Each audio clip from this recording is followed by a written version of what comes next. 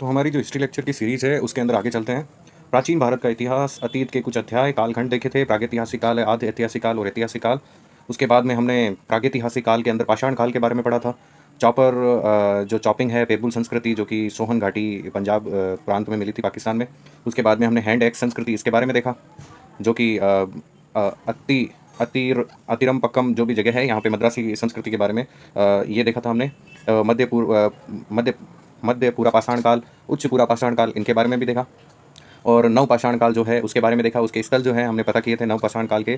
तो ये है मेहरगढ़ के बारे में। मेहरगढ़ एक्चुअली में नव पाषाण काल युगीन पाकिस्तान में है। कृषि का सबसे पहला और स्पष्ट प्रमाण यहीं पर मिला है, जो 7000 ईसा पूर्व के समथिंग हो सकता है, जो कार्बन डेटिंग से पता चलता है। उसके अलावा हमने आगे थोड़ा सा और देखा था, जिसके अंदर हमने कोल ढेवा जो है वहाँ पे चावल की खेती के सबसे प्राचीन साक्ष्य मिले हैं, जो कि 5000 ईसा पूर्व के लगभग है। और यहाँ के लोग मतलब पशुपालन भी रखते थे, पालतू पशु भी रखते थे। उसके बाद हम आगे थोड़ा सा और देख लेते हैं, ठीक है। तो इसमें लिखा हुआ है, इसलिए खाने पीने के बर्तनों की ही इन्हें ज़रूरत हुई। अब कुंभकारी सबसे पहले इसी काल में दिखाई दी। मतलब कुंभकारी मतलब होता है एक तरीके से मिट्टी के बर्तन को बनाना, इसी काल में सबसे ज़्यादा दिखा था।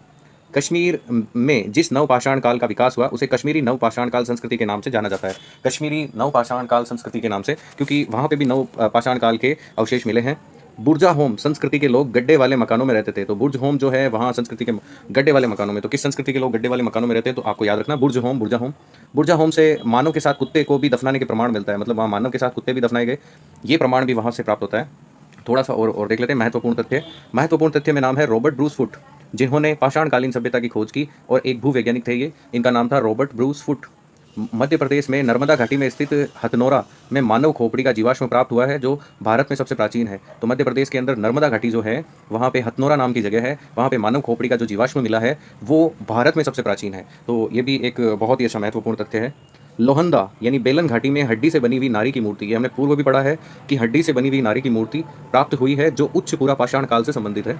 उच्च पूरा पाषाण काल। पशुपालन का प्राचीनतम प्रमाण आदमगढ़ और बागोर से प्राप्त हुआ है। पशुपालन का अगर आपको प्रमाण पूछ ले तो आपको आदमगढ़ में बताना है और बागोर में बताना है, जो कि राजस्थान में है। आदमगढ़ जो कि उत्तर प्रदेश या मध्य प्रदेश में होना चाहिए, ये हमने देखा था। विश्व के प्राचीनतम मृद भांड बेलन घाटी में स्थित चौपानी मांडो से प्राप्त हुए हैं। तो चौपानी मांडो से प्राप्त हुए प्राचीनतम मृद भांड। देखो ये महत्वपूर्ण तथ्य है, इसमें खूब सारे एक तरीके से फैक्ट कंप्लीट हो रहे हैं। आगे देखिए, बुर्जा होम संस्कृति के लोग जमीन के अंदर गड्ढे बनाकर निवास करते थे। यहीं से मानव के साथ कुत्ते के दफनाने के प्रमाण भी मिलते हैं। तो बुर्जा होम जो है इसके बारे में आज से पहले आपको इतने फैक्ट नहीं पता होंगे, लेकिन अब आपको पता रखना है कि बुर्जा होम में जमीन के अंदर गड्ढे बना के लोग रहा करते थे, और मानव के साथ कुत्ते को दफनाने के प्रमाण भी यहाँ से प्राप्त हुए हैं।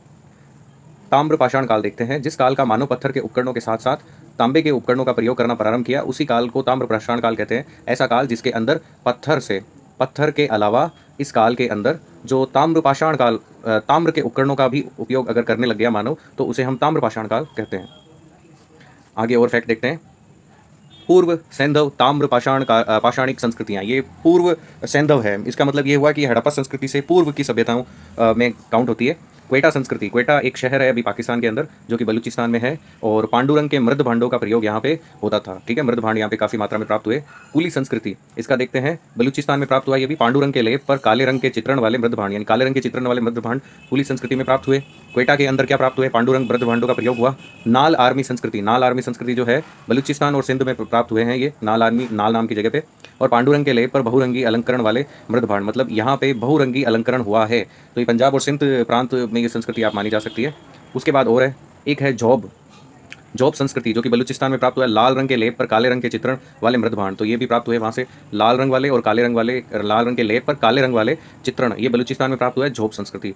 कोटी दीजी संस्कृति, ये सिंध में प्राप्त हुआ है।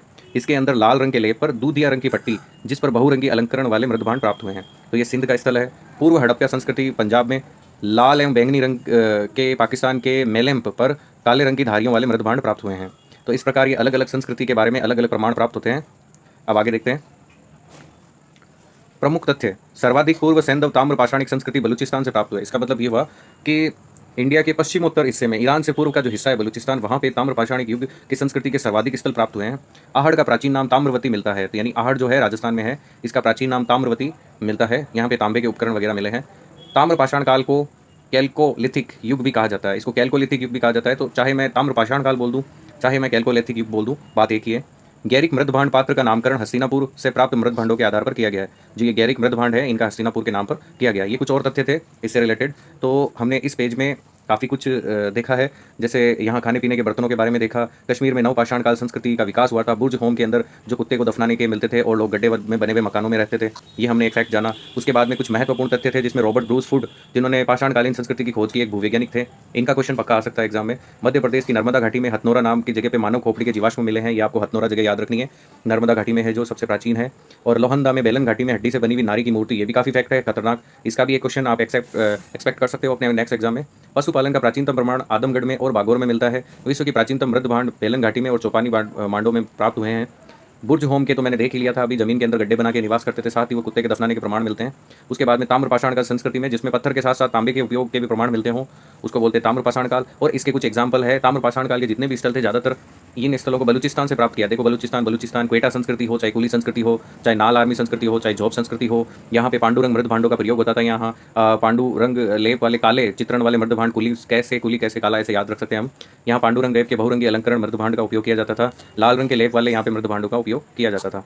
कोटिडीजी संस्कृति सिंध में लाल रंग के लेप पर दूधिया रंग की पट्टी वाला किया जाता था। पूर्व हड़प्पा संस्कृति जो पंजाब में लाल और बैंगनी रंग के और काली धारियों वाले मृद भांडों का उपयोग किया जाता था। और कुछ फैक्ट हमने लास्ट में भी देखे कि आहड़ जो है, आहड़ शहर जो है वो उसको ताम्रवती प्राचीन नाम मिलता है उसका। और पूर्व सिंधों में बलूचिस्तान में सर्वाधिक स्थान प्राप्त हुए हैं। ताम्रपाषाण युग को किल्कोलिथिक युग भी कहा जाता है और गौरिक मृद भांड पात्र के नामकरण हस्तिनापुर के मृद भांडों के आधार पर किया गया है। तो इसी के साथ हमारा लेक्चर समाप्त होता है और धन्यवाद।